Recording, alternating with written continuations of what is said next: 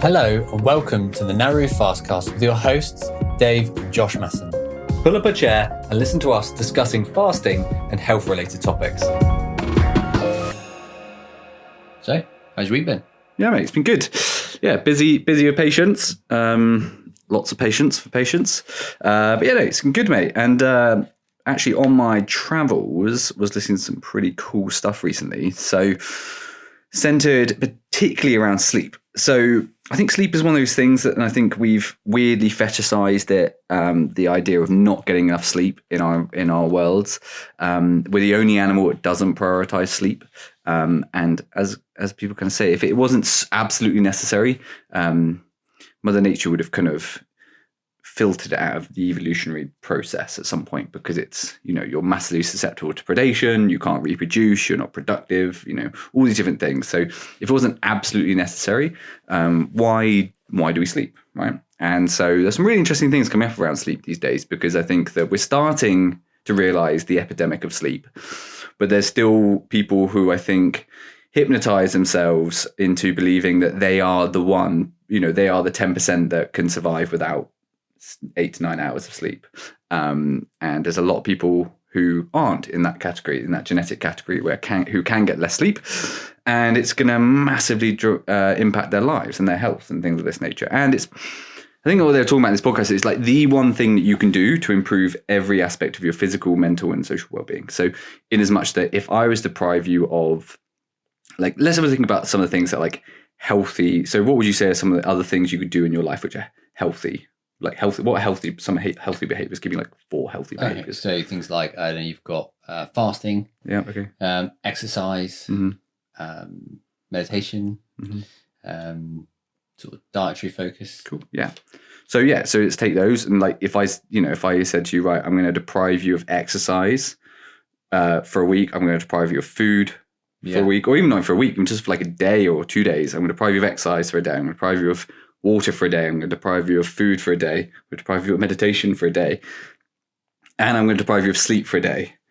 Like, sleep outweighs all of those in the impact that it has to your physical, mental, and social well-being, like without a shadow of a doubt. That's so true. Just briefly, because you talk so much, don't we, about there being like our body like an engine, but a car, you go and turn on whatever time of the day and it works.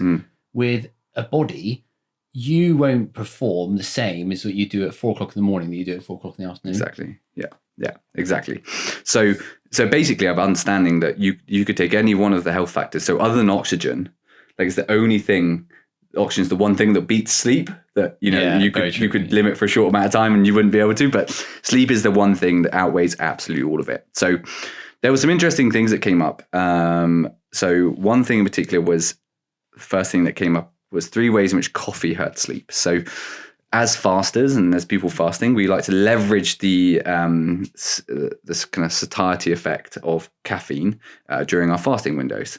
But the problem is with that is that if we keep doing that for too long, too late into the day, it can have some pretty undesirable effects. So the first impact it has is duration of action, right? So what a lot of people don't realize is that coffee has a half-life of 5 to 6 hours. So 5 to 6 hours after drinking, or I should say caffeine, half of it is still active in your system.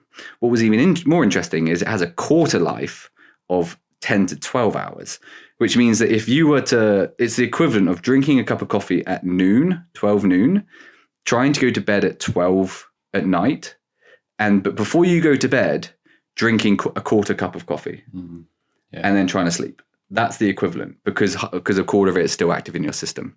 So it's not about we both love coffee, we're big proponents of it, but understanding the timing of that coffee is really, really important. So I think the kind of general recommendations about have your last cup 8 hours before you go to bed. That way you allow the caffeines to become more deactivated, adenosines are allowed to activate properly, and therefore you're more likely to get a better sleep. The next thing, which I've just done a video on, which is the adenosine caffeine kind of combination here. So adenosine is the hormone that floats around your system. It makes you feel drowsy before you go to sleep, and it's that kind of sluggish, drowsy feeling you feel in the mornings.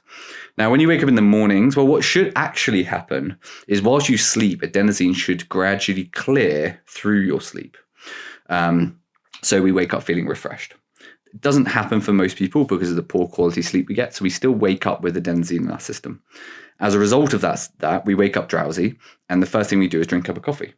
Well, what happens when we drink a cup of coffee is caffeine grabs and attaches itself to the adenosine molecule, stops it from kind of getting into any of the receptors, but it doesn't get rid of it. It just keeps it inactive.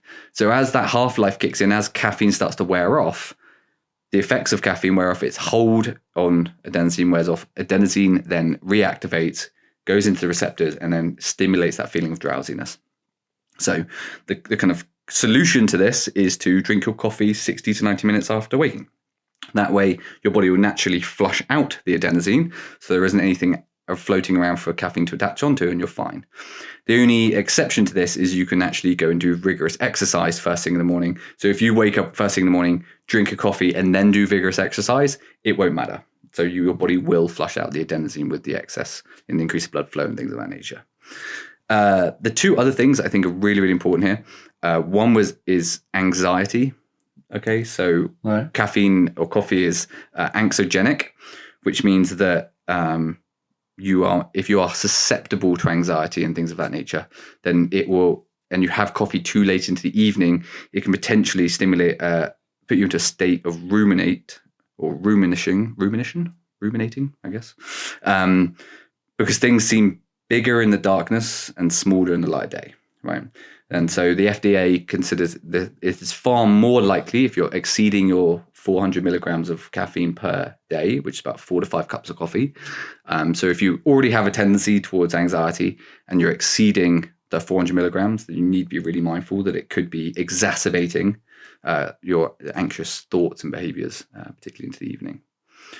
And then the final thing, which I think is really important, this is kind of away from sleep, but more away from coffee per se, but more towards sleep, is one of the things that so many of my patients recently have been coming up to me and saying it's been working so well for them, which is using physiological sighing as a way of helping reduce their sympathetic tone before going to bed. For anyone that doesn't know, a physiological sigh is where you take a double 2 breaths through the nose, followed by a longer exhale through the mouth, right? So it's like,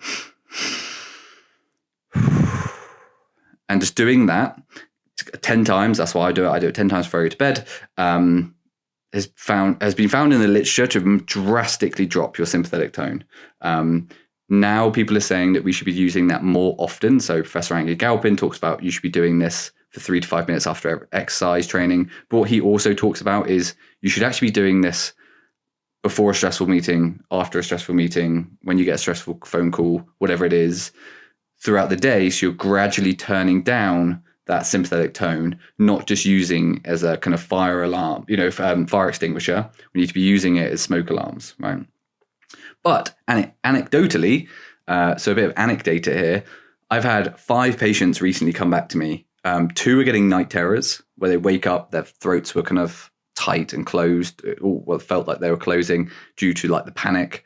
Another patient came to me last week and was like, I wish you told me this 10 years ago because I've had 10 years of insomnia and I no longer have any insomnia at all. Another patient came to me this week who had really crazy neurological musculoskeletal symptoms, partly due to stress. And she said, above all else that we did with regards to treatment, the breathing has been the most impactful thing for her.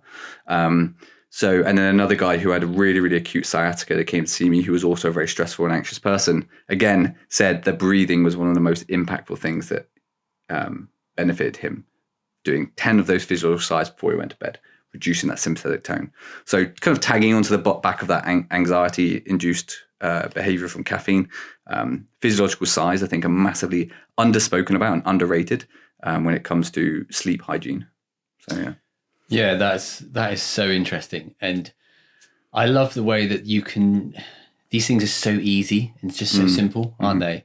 And I suppose sort of actually keeping on the same theme of kind of sleep, I've also this week been listening to some really interesting stuff, and you're going to incorporate a bit about fasting, which is obviously something we're all really passionate about. So Josh has talked about, caffeine and how it can disrupt your sleep and things. And mine is sort of slightly round about sunlight.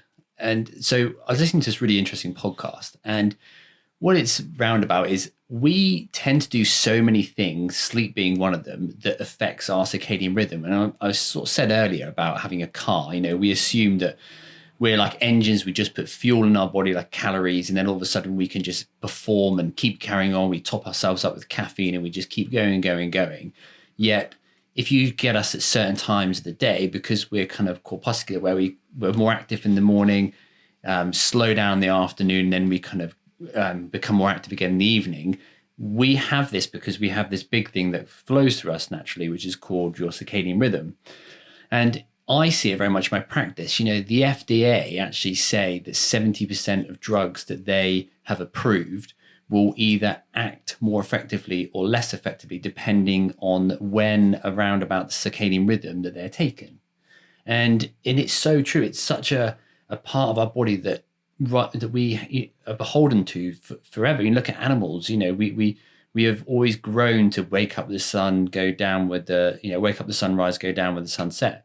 And so this is sort of where fasting really comes in, where I say to patients, they come in, and especially diabetic patients, I'm very, very mindful to have this conversation with them. And it's about when we talk about fasting, we say, try not to eat within 2-3 hours before going to bed. And try not to eat within 2-3 hours when you wake up. So when people first start fasting, I feel like that's a sort of a set principle to follow. And people sort of go, oh, okay, yeah, I can kind of do that. And we've spoken a lot today about how sort of these things are great, but unless you make it into a daily routine, no one really does it. And I feel a lot about it is sort of having some understanding around it. So what they found was that melatonin, which is obviously your sleep hormone, and insulin release is quite closely related. And we have this in our eyes. They are sort of the window to our central nervous system, basically. And we have this thing called melanopsin. And what it is it's a receptor that only senses blue light. It's sort of located in our retina. And what that does is once the blue light hits it, it starts then either tell our, so obviously this would be in the morning time. So it tells our body that we're going to wake up, and it wants to start to reduce melatonin. And this is where cortisol in the morning sort of races up, a bit like you were mentioning earlier, and starts to suppress our melatonin levels. And the interesting part is this also links into an area in the brain that then starts to tell all of our other organs, all our other cells to start doing what they're supposed to do. This whole point about circadian rhythm, that our body does so many things of the day. It's been sort of predetermined when these things need to happen. And what predetermines that are three major things, which is light, sleep, and sort of food timing. So going back to the sleep thing with diabetics, when you start to get into the evening time, obviously about 2-3 hours before we start going to bed, naturally, our melatonin starts to rise. And as that starts to rise, it actually starts to switch off the response you get from the pancreas to food intake. And the reason is because the body's saying, right, well, it's coming into sleep time. We're not going to be eating. So we don't need the body to keep producing insulin because we've stopped eating. And what they've actually found is that kind of means that if you're eating before you go to bed, we don't have then the ability to create this response to our food to start packing away, because obviously insulin is a storage hormone, to start packing the food away out of our blood. And therefore we get left with this high blood sugar level all night. Now, the problem is that, which I said before, as you wake up, it's not for after 1 to 2 hours after you wake up that your cortisol levels are at a high enough response to start suppressing the melatonin, and therefore the beta islet cells in the pancreas can start producing insulin again and start to regulate your blood sugar level. And that is something that I don't think many sort of people really understand about, and it's so simple. We're sort of saying that these simple changes are there, and they are there for a reason, and they can be easily adopted, a bit like you were saying with the coffee timing. I do this, and it is so effective just by doing a little bit of exercise, just by delaying the caffeine intake in the morning is just made such a difference. And the same thing when you eat your dinner at nighttime, make sure you stop. And I think they're just sort of two things that are brought around about impacting, vast systems in the body. And I just feel they're easy to do. Yeah, for sure. And I think Sachin Panda talked on this about, I remember doing a video on it, which was about food hangovers. So it being not as much about what you eat, but about when you eat it that was so important. And actually, because of the anticipatory mechanism of kind of hormonal release for digestion, if you eat food outside of that normal regulatory window that you've set up, which is then becomes part of your circadian rhythm, if you eat outside of it, those digestive enzymes aren't actually set up from a regulatory sense to be able to actually digest food at that time. And so then you actually get indigestion, it doesn't digest well, you don't feel great. It's not because of necessarily the food, it's because you're eating outside of the normal regular circadian rhythm that you've developed.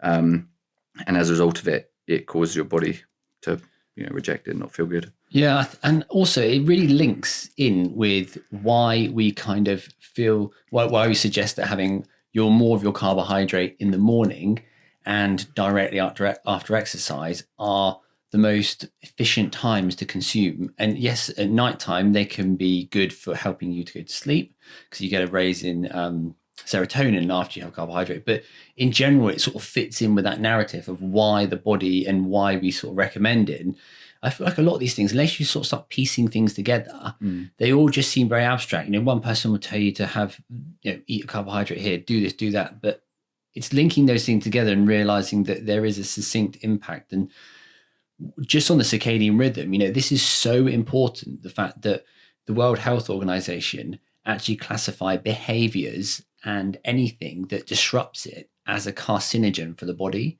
It's so important that we really look after this rhythm in our body, because it just generally, it's involved in hormonal production. Like you said, the body is very keen for repetition because it then takes away the stress and having to deal with surprise changes. And it's absolutely incredible. Yeah, and even down to coming back to kind of sleep, it's the same thing. Like getting to sleep at the same time every single night. Trying to wake up at the same time every day. Yeah. That side of things is so important with that. Beginning and end of that circadian rhythm, that day-night cycle, and you kind of touched on it with shift workers and people like that. And funny enough, that's exactly what I just wrote down to remind myself, which was what the World Health Organization said about it being a carcinogen. And what I found really, really interesting, coming back to what you were talking about with diabetics here, they actually did studies where they limited an individual's sleep for 4 to 5 hours per week. And they found that the levels of blood kind of sleep hormones were so disrupted their levels of blood sugar were so disrupted by the end of the week that your doctor would have classed you as being pre-diabetic. No. That's just after limiting someone's sleep levels for 4 to 5 hours per week. Your blood sugar levels would show that you're pre-diabetic. And then what also they found is that healthy young males who also were limited to 4 to 5 hours of sleep for 1 week found that their testosterone levels dropped to someone equivalent of 10 years their senior. Wow. So again, like massive implications on, like you were just talking about, from an endocrine perspective, looking at the impact it has on your testosterone levels, your blood sugar levels. This all kind of brings together looking at this whole you get a spike. Yeah, you produce most of your testosterone at night when you're asleep. And, there's so much gut repair and all these types of things. And we were saying that this, as I sort of mentioned before, that part of your retina that absorbs light, that sort of feeds information directly into this part in your brain, in the hypothalamus, and then this sort of dispands out into all of your cells. You've got BMAL, clock genes, and they all are signaled by this to say, right, now that we're awake, you do this, you start doing that. Because if you think about having a diary for things, when you're super busy, the best way to make sure you do things efficiently is to structure your day. And it's the same thing as the body. the body has to have a form of routine, and it does this, and it optimizes all of these systems. We come in, the funny thing is sort of, we've been doing things for thousands of years, and then we come into this post-industrial sort of era where we have lights on 24/7, we work 24/7, we don't prioritize sleep, we have stimulants in our diet all the time, everything's processed. And people say to us, well, we've been doing things like this for hundreds of years, what's changed? Well, what's changed is things like our household environment and our environment outside of our house are in the top 10 things in the World Health Organization that say that they have the biggest impact on inflammation in our lives. And that's not to mention food, poor sleep, working environment, sitting at a desk all day. We are doing things that are so sort of evolutionary and consistent that by just generally talking about them in a real simple way, I think it is really powerful. Yeah, I definitely agree. And I think that on that note as well is that, midnight was kind of termed that way because it was the middle of the night. For some people, that's like the start of the night, like when they're going to sleep. A lot of time for people, as the light fades and as it gets dark, most hunter-gatherer tribes are going to sleep or are asleep when it gets dark and when it's there. So hugely interesting. I think it's maybe a topic to go over at some point, looking at the kind of biological inconsistencies of hunter-gatherers and us and where we are right now, because I think that when we look back at what we have been doing, my wife and I are watching a program it's on Netflix called Explained. It's like fascinating. It just goes through like really random topics, explaining them. And one of them was on monogamy, of all things, right? But the interesting thing there was it was talking about, how humans lived at hunter-gatherers for 100 to 300,000 years, which I think it's hard for us to always comprehend just how long we've lived living a certain way compared to the undulating environment that we live in today. Our life that we currently live is vastly different to generations ago, which is vastly different to 2 generations ago. And we're talking the difference of 80 years, whereas our hunter-gatherer ancestors have been living a certain way for 100 to 300,000 years. I mean, it's almost inconceivable how long they've been living and doing a certain thing for a certain amount of time, whether it's the amount of sun they would get, whether it's what they would eat, whether it's the clothing that they would wear, whether it's the social connections they would form. That's been a relatively consistent, although evolving pillar, but not until the agricultural revolution kicked in. But the point being is that we really underestimate how quickly our environment changes and how slow we are to adapt to it. And how slow research is to keep up with it, and everything like that. We're constantly going to be a generation behind of most of these things. And so I think peering back into the rearview mirror of history is always something that is more than just this kind of academic mental masturbation of going, look at these romantic ideas of what it used to be like hunter-gathering. So I think, no, there's actually some genuine things there that we could be doing very easily, which we have been doing for hundreds of thousands of years, that we could just adopt and probably feel a lot better for it. Yeah, and I think what you were saying as well is I feel like our biology moves at such a slow rate versus our environment, and it's what the environment takes out of our biology and how it affects and how our body deals with our environment, which is why people say, oh, well, you should just be able to eat things and not supplement. And you're saying, well, yeah, that's right. But like you were saying with hunter-gatherer tribes, they will spend a period of time at work. Then they spend a lot of the time socializing, sat down, talking, conserving energy, because you don't see your dog when you come home from work doing, going out and doing a workout for an hour and a half, then jumping and going and running, going on a walk around a farm for 10 hours, then coming back and then doing another workout and then having something to eat, going to sleep for 2 hours, getting up and doing the same thing every single day.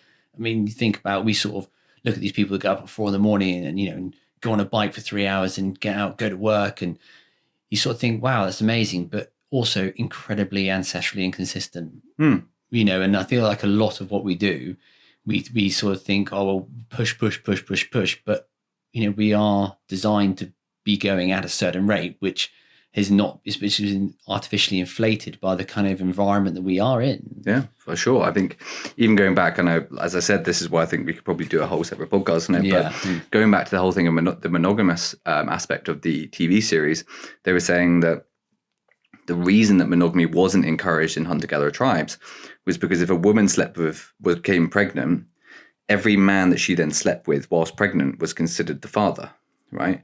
And what would then happen is, so then you didn't just have one person looking after your child, you had many people who had interest in looking after your child. But also, it gets you onto the bigger point, which is if a child was ever left on the floor crying, someone would pick them up.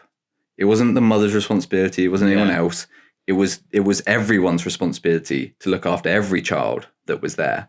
And so whoever was close to that child would be the one to pick it up, hold it. And I think hunter-gatherer children were passed around on average 8 times per day amongst different people compared to what we're today. And the social context of that, or relevance of that, is this idea as a young child growing up in a place that you understood that you were continually part of something, you were continually loved, you were continually wanted, you were needed, you were held by lots of people to show that it wasn't just one person that had unconditional love. There was many people there. You would have people, they would encourage those kids to play with kids of other ages to again precipitate this notion of connectiveness, togetherness, that it wasn't just you and the babies that were playing together. You would be playing with anyone, and everyone plays with everyone.